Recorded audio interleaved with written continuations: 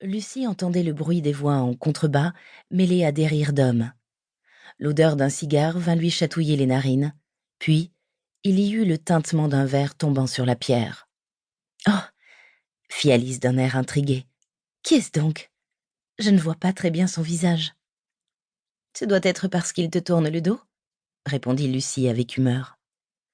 Elle essayait de dormir, mais, avec sa sœur qui n'arrêtait pas de parler, c'était impossible.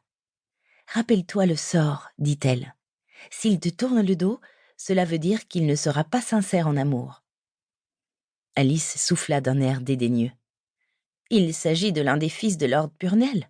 Mais lequel ? » « Ils sont beaucoup trop âgés pour toi, » dit Lucie en se roulant en boule pour se prémunir des bavardages de sa sœur. « Personne ne doit te voir, » ajouta-t-elle. « Papa sera furieux s'il apprend que l'une de ses filles a été aperçue à la fenêtre en chemise de nuit. Ta réputation sera ruinée avant même ton entrée dans le monde. » Alice ne l'écoutait toujours pas. Elle ne le faisait jamais. Elle était pareille à un papillon aux ailes scintillantes, voltant avec insouciance au gré de ses envies. « Il s'agit de Hamish Purnell, » dit-elle enfin. Elle paraissait déçue. « Il est déjà marié, » conclut-elle. « Oh, j'ai l'impression qu'ils se disputent. » L'excitation tinta de nouveau sa voix. Alice était aussi changeante qu'une girouette. Sa déception s'était évanouie en un instant. Elle regarda brièvement Lucie, puis ouvrit la fenêtre en grand avant de se pencher sur l'embrasure en pierre. « Lucie !» siffla-t-elle. « Viens voir !» Lucie avait entendu le changement de ton sur la terrasse. Un instant plus tôt, les voix étaient douces et polies, et celui d'après, elles étaient teintées de colère, d'une violence qui sembla l'imprégner et lui donna la chair de poule. Elle se glissa hors du lit et s'avança à pas feutrés vers Alice. Agenouillée sur la banquette près de la fenêtre, le corps tendu comme un arc pour mieux observer la scène qui se déroulait en contrebas. Les deux hommes s'affrontaient sur la terrasse. Ils se tenaient sur le côté, si bien que Lucie ne pouvait voir leur visage. Elle reconnut néanmoins la voix calme, aristocratique et légèrement méprisante de leur cousin Wilfred. « Que faites-vous ici ce soir, Medven ? Vous n'êtes personne, juste un fils cadet. Je ne comprends pas pourquoi mon oncle vous a invité. » Son ton était condescendant et délibérément provocateur. Lucie entendit l'autre gentleman rire.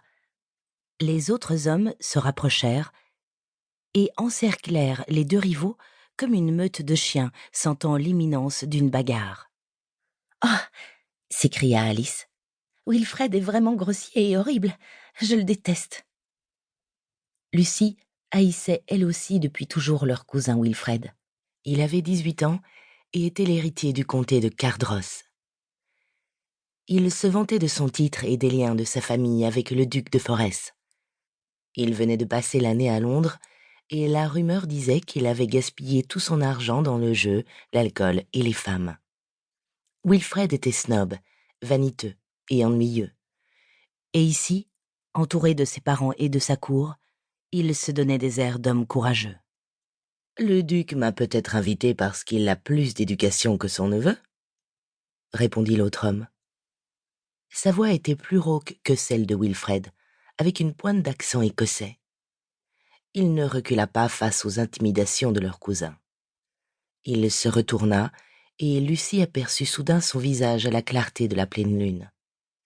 Il avait des traits forts, avec des pommettes bien dessinées, des sourcils et une mâchoire dure et inflexible.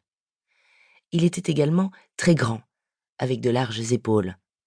Pourtant, en l'observant de plus près, Lucie s'aperçut qu'il était encore jeune.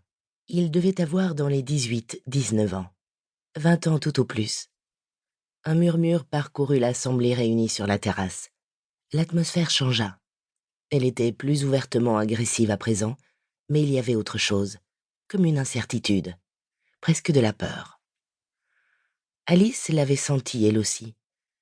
Elle s'était recroquevillée derrière les épaisses tentures en velours qui habillaient la fenêtre. « C'est Robert Medven, » murmura-t-elle. « Que fait-il ici ?»« Papa l'a invité, » chuchota à son tour Lucie.